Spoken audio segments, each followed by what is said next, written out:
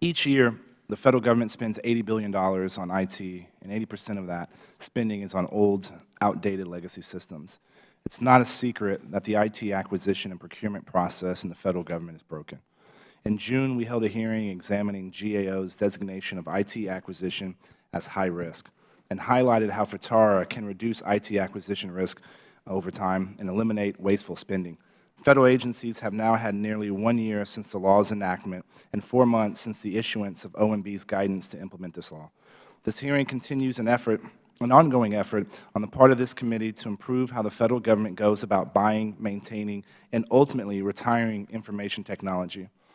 In June, I had stated that while FITARA is not a panacea for all IT acquisition problems, it can be a useful tool to make real progress in reducing the risk of these large investments. I still strongly believe this today.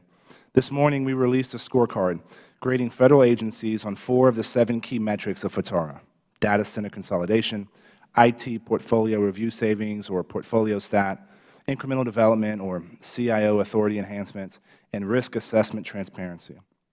The committee worked in a bipartisan fashion to develop metrics that fairly assess the progress agencies are making in these areas and then task GAO to gather the data.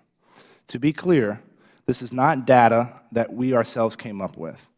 The data that was used to compute these grades is largely self-reported by agencies to Congress and OMB. While it is clear from looking at these grades that no agency gets a gold star and goes to the head of the class, some agencies, and we have one of them here today, are making progress. Frankly, though, there is a reason that no agency received an A. We have work to do. One area in particular that stands out to me is the Federal Data Center Consolidation Initiative. The consolidation of federal data centers not only has the potential for tremendous cost savings, upwards of $7.4 billion according to the GAO, but we have very real impacts on the cybersecurity posture of federal agencies.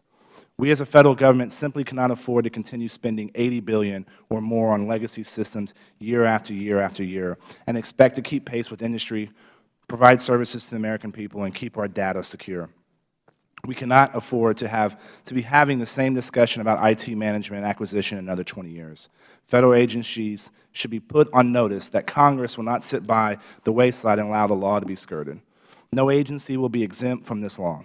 But if agency CIOs will simply implement FITARA, meaning they actually make progress in consolidating data centers, find savings through the portfolio stat process, move away from big bang acquisitions to incremental development, and accurately assess risks, we won't be. I said this in June, and I want to reiterate it here. I look forward to working with the leadership and members of the IT and government operations subcommittees on both sides of the aisle and with agency CIOs to continue to advance the cause of good IT governance. We have to get it right this time. And I'd like to